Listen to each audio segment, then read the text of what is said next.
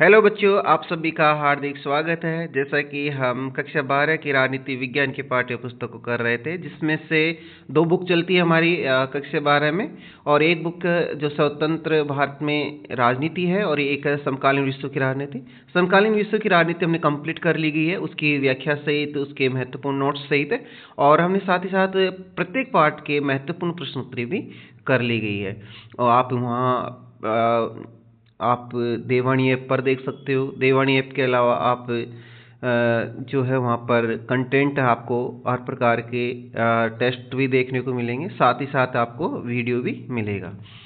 और अब हम आज से जो हमारी दूसरी पाठ्य पुस्तक है स्वतंत्र भारत में राजनीति, इसका हमने पहले अध्याय का पहला भाग कर लिया है, और आज हम दूसरा भाग करने जा रहे हैं, जिसका नाम है विभाजन, विस्थापन और पुनर्वास। अब सर्दी का टाइम है, परीक्षा नज़दीक आ रही है, तो सर्दी का थोड़ा ख्याल रखा जाए। वैसे सर्दी में पढ़ने का बहुत अच्छा अवसर होता है, क्योंकि हमारी एकाग्रता अच्छी बनी रहती है और हमारा मन भी अच्छा रहता है। तो आप ध्यान रखें, और साथ ही ऐसे वीडियो इस समय ज़्यादा उपयोगी हो जाएंगे, क्योंकि सुबह शाम सर्दी का अगर ज़्यादा भी टाइम है, बाहर नहीं पढ़ सकते, बैठ के नहीं पढ़ सकते, तो उस दौरान भी आप रजाई बिस्तर के अंदर अपनी पढ़ाई को जारी रख सकते हैं, वीडियो में देखकर, अच्छे से सुनकर, क्योंकि वो भी किताब की चीज़ें हैं जो यहाँ पर है, तो आपकी पढ़ाई निरंतर जारी रहेगी। सर्दी जुकाम से बचाव रखें, फिर भी लग जाए तो भी उसके दौरान भी आप अपनी पढ़ाई को रोके ना। उस दौरान अगर किताबें नहीं पढ़ी जा रही तो कोई बात नहीं, आप ऐसे वीडियो को देख सकते हो और ऐसे टेस्टों को हल कर सकते हो अपनी रजाई के अंदर भी, और अपने स्वास्थ्य को भी बनाए रख सको। परीक्षा के दौरान बहुत ही ख्याल रखना है, स्वास्थ्य खराब ना हो, सर्दी जुकाम से बहुत ही बच के रहना है, इसकी सावधानी बरती जाए। टाइम से सो, टाइम से उठो, अच्छे से खाओ और अच्छे से अपनी पढ़ाई को जारी रखो। ठीक है, चलते हैं हम आज के इस दूसरे भाग में, विभाजन, विस्थापन और पुनर्वास।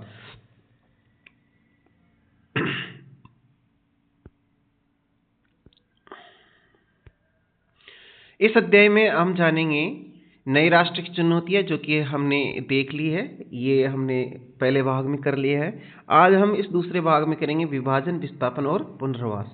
फिर देखेंगे हम विभाजन की प्रक्रिया, इसमें विभाजन के परिणाम, और इसके बाद में हम देखेंगे रजवाड़ों का विलय और राज्य का पुनर्गठन। ये हमारे इस चैप्टर में, इस अध्याय में देखने को मिलेगा, और इन्हीं को ही हम अध्ययन करेंगे। तो हमने नई राष्ट्र की चुनौतियां देख ली कि किस प्रकार से हमारा देश आज़ाद होता है, और आज़ाद होने के उपरांत संविधान को बनाने का काम जो हो रहा था, उसमें किस प्रकार से कठिनाइयों का सामना किया था, किस प्रकार से एक लोकतांत्रिक गणराज्य को बनाने के लिए, और किस प्रकार से सभी लोगों के कल्याण हेतु कार्य करने के लिए जो भी हमारे सामने चुनौती था, उसको कैसे व्यवहार में डाला जाए, ताकि सभी लोगों को समरसता और समानता का जो भाव है वो बना रहे, और सभी के लोक कल्याण हित में काम सरकार कर सके। तो इन सभी का देखा गया है। तो हम देखेंगे पहले कि जो हमारे सामने चुनौतियाँ आई थी, कि राष्ट्र की एकता को लेकर, लोकतंत्र को कायम रखने को लेकर, और किस प्रकार से विभिन्न धर्म समुदाय के लोगों को आपसी मेल मिलाप करके आगे बढ़ाने को लेकर, ये सारी चुनौतियाँ जो हमने देखी थी, उन चुनौतियों के बाद में देखेंगे कि ऐसा ही नहीं था कि हमारा देश आज़ाद हो गया तो विभाजन वगैरह हो गया तो ये सरल काम था। बहुत ही कठिन और बहुत ही, कहा जाए तो, हिंसक प्रवृत्ति से हमें काफ़ी जूझना पड़ा। तो उन सभी का हम देखेंगे कि किस प्रकार से विभाजन, विस्थापन और पुनर्वास की कहानी शुरू होती है। तो चले देरी बिना किए देखिए, आज का हमारा पॉइंट है विभाजन, विस्थापन और पुनर्वास। विभाजन, विस्थापन, पुनर्वास आपको यहाँ पर मैं बिल्कुल नोट्स के रूप में लाया हूँ, ताकि आपका रिवीजन हो सके और आपको अच्छे से समझ आ सके। हम यहाँ पर देखेंगे दो राष्ट्र। दो राष्ट्र का जो सिद्धांत है, विभाजन के उपरांत ही मुस्लिम लीग, कौन सी, एक मुस्लिम लीग थी, मुस्लिम लीग ने द्विराष्ट्र सिद्धांत दिया था। कौन सा सिद्धांत दिया था? द्विराष्ट्र सिद्धांत। और मुस्लिम लीग के जो नेतृत्व करता थे मोहम्मद अली जिन्ना थे। कौन थे? मोहम्मद अली जिन्ना थे। द्विराष्ट्र सिद्धांत में दो राष्ट्रों की बात की गई है, भारत और पाकिस्तान। क्योंकि द्विराष्ट्र सिद्धांत क्या है? द्विराष्ट्र सिद्धांत है कि भारत किसी एक कौम का देश नहीं है, बल्कि भारत दो कौमों का देश है, जो हिंदू और मुस्लिम, हिंदू और मुस्लिम, ये अलग अलग देश इनके लिए होने चाहिए। इसे ही द्विराष्ट्र सिद्धांत कहा जाता है। तो आपको ये समझ में आ गया होगा कि द्विराष्ट्र सिद्धांत की बात किसने की? मुस्लिम लीग ने की। मुस्लिम लीग का नेतृत्वकर्ता कौन था? मोहम्मद अली जिन्ना थे, जिन्होंने द्विराष्ट्र सिद्धांत दिया था, जिसमें भारत और पाकिस्तान को लेकर अलग मांग की गई थी, क्योंकि इंडिया भारत हमारा संपूर्ण इंडिया एक ही था। और विभाजन के उपरांत इसके बंटवारे को लेकर इन्होंने कहा कि हिंदू और मुस्लिम दो अलग अलग कौम है, दोनों अलग अलग है, तो दोनों के लिए अलग अलग देश होने चाहिए। विभाजन की प्रक्रिया देखें हम तो इंडिया के दो भाग, भारत और पाकिस्तान। विभाजन को अमल में लाना दर्दनाक और कठिन था। बिल्कुल सही था कि विभाजन को अमल में लाना बहुत ही दर्दनाक और कठिनाई स्तर से गुजरना पड़ा। विभाजन का जो आधार था वो था धार्मिक बहुसंख्यक। क्या था? धार्मिक बहुल संख्या। धार्मिक बहुल संख्या का मतलब होता है धर्म के आधार पर जिनकी अधिक समुदाय की संख्या है उनको मुसलमान जैसे बहुसंख्यक में है तो उन्हें पाकिस्तान में और बाकी हिस्से में भारत में। तो इस तरीके से विभाजन का आधार बनाया गया। किसको बनाया गया? धार्मिक बहुल संख्या को, कि जहाँ मुसलमान बहुसंख्यक में है वो पाकिस्तान होगा और बाकी हिस्से भारत का होगा। एक पश्चिम में और दूसरा पूर्व में, ये दोनों इलाकों को जोड़ने का कोई तरीका नहीं था। हर मुस्लिम बहुल इलाका पाकिस्तान में जाने को भी राजी नहीं था। पश्चिमोत्तर सीमा प्रांत के निर्विवाद नेता खान अब्दुल गफ्फार खान ये द्विराष्ट्र सिद्धांत के खिलाफ थे, किंतु पश्चिमोत्तर सीमा प्रांत को पाकिस्तान में शामिल किया गया। इन चीज़ों को ध्यान में रखना है कि बहुल संख्या में मतलब पूर्व में और पश्चिम में दोनों तरफ मुसलमान बहुत अधिक संख्या में रहते थे, लेकिन इन दोनों को एक कैसे किया जाए, इनको कैसे मिला जाए, ये सबसे बड़ी चुनौती थी, बहुत बड़ी समस्या थी। आखिर में उस दौरान पूर्वी पाकिस्तान और पश्चिमी पाकिस्तान इस तरीके से इलाके बांटकर उनको किया गया था। लेकिन जो द्विराष्ट्र सिद्धांत था इसका विरोध किसने किया था? खान अब्दुल गफ्फार खान, एक मुस्लिम होते हुए भी। इससे हमें ये लग रहा है कि हर मुस्लिम नहीं चाहता है कि हम पाकिस्तान में जाए या पाकिस्तान में रहे, और ऐसा भी नहीं था कि सभी मुस्लिम ये चाह रहे थे पाकिस्तान में जाने का, ऐसा कुछ भी मानस नहीं था। फिर भी बहुल जो हमने इसको एक आधार बनाया था विभाजन का, हमने नहीं, उस दौरान जो द्विराष्ट्र सिद्धांत की बात को मानते हुए पाकिस्तान की मांग को मानते हुए जो तय किया गया, उस आधार पर पश्चिमोत्तर सीमा प्रांत के निर्विवाद नेता, और इसका ध्यान रखना आप लोगों को, खान अब्दुल गफ्फार खान को सीमांत गांधी भी कहा जाता है। क्या कहा जाता है बच्चों? सीमांत गांधी के नाम से किसे जाना जाता है? बहुत इंपॉर्टेंट है। सीमांत गांधी के नाम से किसे जाना जाता है? तो आपको उत्तर देना होगा खान अब्दुल गफ्फार खान को। किसको? खान अब्दुल गफ्फार खान को। खान अब्दुल गफ्फार खान को सीमांत गांधी भी कहा जाता है। सीमांत गांधी भी कहा जाता है। इसी दौरान जो विभाजन की प्रक्रिया के दौरान है वो सबसे अधिक जिन स्थानों को लेकर था उनमें भी बड़ी समस्या थी। वो स्थान थे पंजाब और बंगाल। कौन कौन से? पंजाब और बंगाल। ये मुस्लिम बहुल थे और दोनों राज्यों में अनेक इलाके बहुसंख्यक गैर मुस्लिम आबादी वाले भी। यहाँ समस्या इसलिए अधिक बनी क्योंकि पंजाब और बंगाल जो इलाका था यहाँ पर मुस्लिम तो अधिक संख्या में थे, लेकिन साथ ही साथ यहाँ पर दोनों राज्यों में अनेक इलाके बहुसंख्यक जो गैर मुस्लिम आबादी वाले भी थे। और ये पंजाब और बंगाल का जो बंटवारा था वो विभाजन की सबसे बड़ी त्रासदी साबित हुआ था।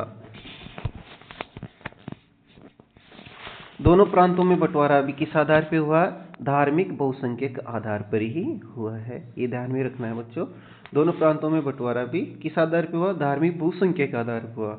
लेकिन समस्या ये आ रही थी कि उन प्रांतों में रह तो मुस्लिम भी रहे थे और गैर मुस्लिम भी बहुत संख्या में, लेकिन फिर किस प्रकार से इनका बंटवारा किया जाए? तो उनके लिए निर्धारित किया कि जिला या उससे निचले स्तर का प्रशासनिक हल्का। मान लो पूरे प्रांत में सभी समुदाय के लोग रह रहे हैं, लेकिन किस जिले के अंदर किस समुदाय के लोग अधिक रह रहे हैं उस जिले को पाकिस्तान को दे दिया जाए, या जिस जिले के अंदर या जिस निचले स्तर प्रशासनिक हल्के के अंदर कोई जो भारतीय रह रहे हैं, हिंदू रह रहे हैं, उनको भारत को दे दिया जाए। इस प्रकार से इन प्रांतों के बंटवारे के लिए ये चीज़ें निर्धारित की गई।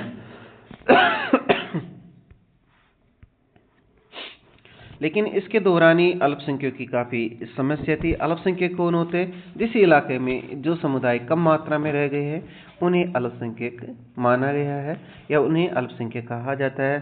सीमा के दोनों तरफ ये अल्पसंख्यक थे, क्योंकि पाकिस्तान के इलाकों में भी लाखों की संख्या में सिख और हिंदू थे और भारत के भी पंजाब और बंगाल में लाखों मुस्लिम थे। ये अल्पसंख्यक अपने घर में कैसे अपने आप को महसूस कर रहे थे? विदेशी महसूस कर रहे थे। बंटवारे की बात साफ होती ही अल्पसंख्यकों पर हमला, हिंसा, रक्तपात, हत्या ये सब कुछ हो रही थी। 1 मिनट बचे, बीच में पता नहीं क्या आ गया, क्या खुल गया।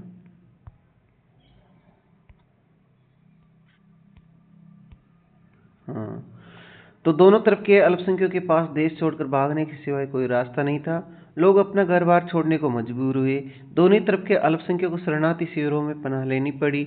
अधिकतर लोगों ने पैदल चलकर सीमा पार की। हजारों की तादाद में औरतों को अगवा किया। कुल इज्जत के नाम पर अपनी बहू बेटियों का भी कत्ल करना पड़ा। इतनी खतरनाक जो आप लोगों के सामने देखने को मिल रही है कि किस प्रकार से हमारे देश विभाजन के उपरांत किस प्रकार से विस्थापन हो रहा है और किस प्रकार से कठिनाइयों का लोगों को सामना करना पड़ रहा है। आपकी पाठ्य पुस्तक में एक फिल्म का नाम दिया हुआ है गर्म हवा, जो कि 1973 में रिलीज होती है।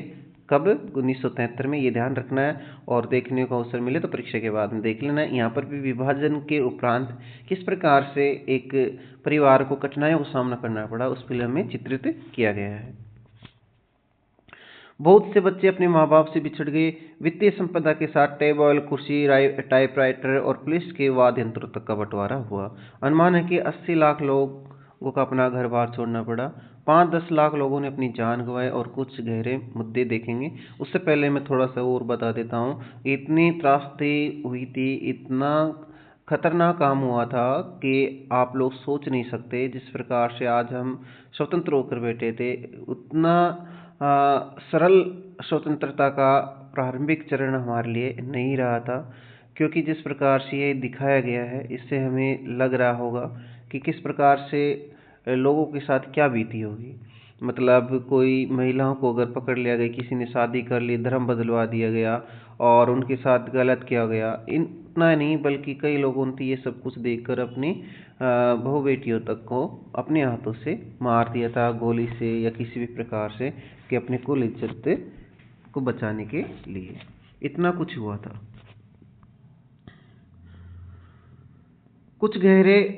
कुछ और गहरे मुद्दे थे कि विभाजन के दौरान बड़ी संख्या में मुस्लिम आबादी पाकिस्तान गई, और किंतु 1951 में भारत की कुल आबादी के 12% मुसलमान थे। ऐसा नहीं है कि सारे मुसलमान भारत से चले गए।